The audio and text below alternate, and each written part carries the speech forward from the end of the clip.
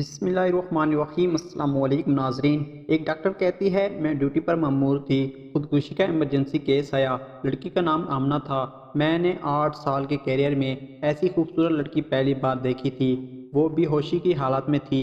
اس کو اٹھا کر لے کر آنے والے اس کے والد صاحب تھے۔ والد ماشاءاللہ بہترین پرسنالٹی کے مالک تھے، مگر بیٹی کی حالت نے ان کو اس وقت بے حال کر دیا تھا۔ پتہ نہیں کیوں مجھے لڑکی کا پیار اور اس کے والد پر بہت رحم آیا تھا۔ لڑکی کو آپریشن تھیٹر لے کر آیا گیا، آپریٹ کر کے اس کو دوسرے وارڈ میں شفٹ کر دیا گیا۔ گھر والوں کو بتا دیا گیا کہ لڑکی کی حالت خطرے سے باہر ہے۔ یہ سن کر لڑکی کا والد قربہ میں کچھ تقسیم کرنے نکل گیا۔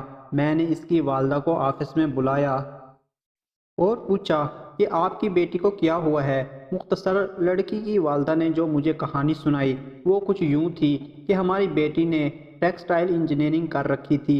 سارے والدین کی طرح ہماری بھی خواہش تھی کہ ہماری بیٹی بھی اپنے گھر کی ہو جائے۔ چنانچہ ہم نے آمنہ کی پسند پوچھی۔ ہماری بیٹی نے مشترکہ لڑکیوں کی طرح بولا کہ جو آپ کا فیصلہ ہوگا وہی میرا فیصلہ ہوگا۔ اس نے سارا اختیار ہم کو دے دیا۔ چنانچہ اس کے رشتے کی بات چلائی۔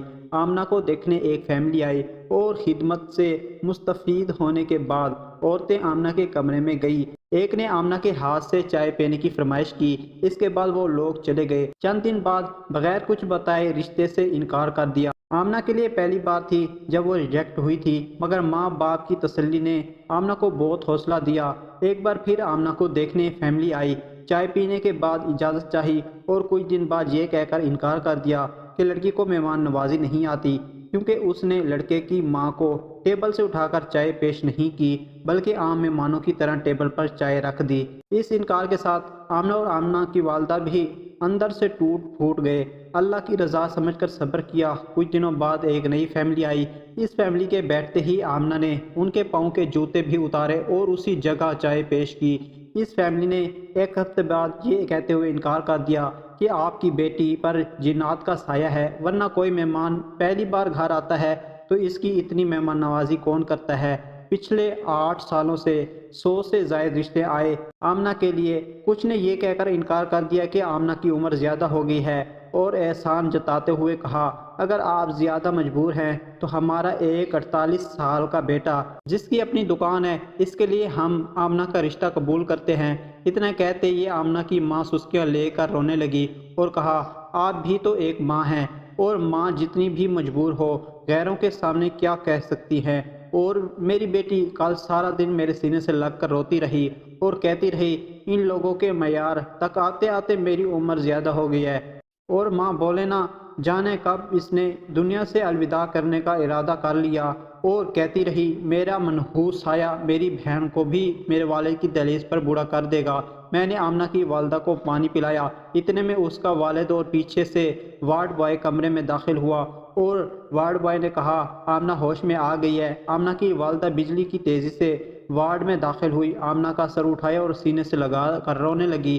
اتنے میں اور آمنہ کا باپ بھی وارڈ میں داخل ہوئے۔ آمنہ ماں کو چھوڑ کر باپ کے گلے لگ کر رونے لگی اور کہنے لگی بابا بیٹیاں بوجھ ہوتی ہیں، پاپا آپ نے مجھے کیوں بچایا، مجھے مرنے دیتے تاکہ میرا منحوس سایہ گھر سے نکلے اور گڑیا کی شادی ہو، نہیں تو وہ بھی آپ کی دہلیز پر پڑی رہے گی اور بوڑھی ہو جائے گی۔ آمنہ کا باپ چپ چاپ آنسو بہا رہا تھا۔ میں نے حالات آؤٹ آف کنٹرول ہوتے ہوئے دیکھے تو میں نے آمنہ کو انجیکشن دے دیا اور آمنہ کی والدہ کو لے کر آفس میں آ گئی۔ میں نے آمنہ اور اس کی چھوٹی بہن کو اپنے دونوں بھائیوں کے لیے مانگ لیا۔ آمنہ کے والد کی آنکھیں اچانک برسنے لگی، مگر اب وہ آنسو خوشی کے تھے۔ میرے دونوں بھائی بھی ڈاکٹر تھے۔ میں نے ان کو اپنا فیصلہ سنا دیا، وہ دونوں خوشی سے قبول کر چکے تھے۔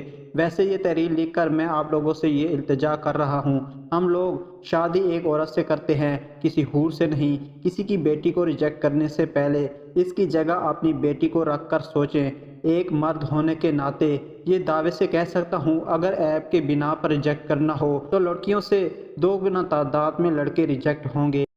مجھ سے دنیا میں کسی بھی فورم پر کوئی بھی بندہ بحث کر لے، میں ثابت کر دوں گا کہ مرد میں عیب زیادہ ہیں۔ میں ہاتھ جوڑ کر خدا اور اس کے رسول پاک صلی اللہ علیہ وآلہ وسلم کا واسطہ دے کر یہ التجا کرتا ہوں کسی کو بلا وجہ عیب زدہ کہہ کر ریجیکٹ نہ کرو۔ آپ لوگ اللہ کی مخلوق کی عیبوں پر پردہ ڈالو، اللہ تمہارے عیبوں پر پردہ ڈالے گا۔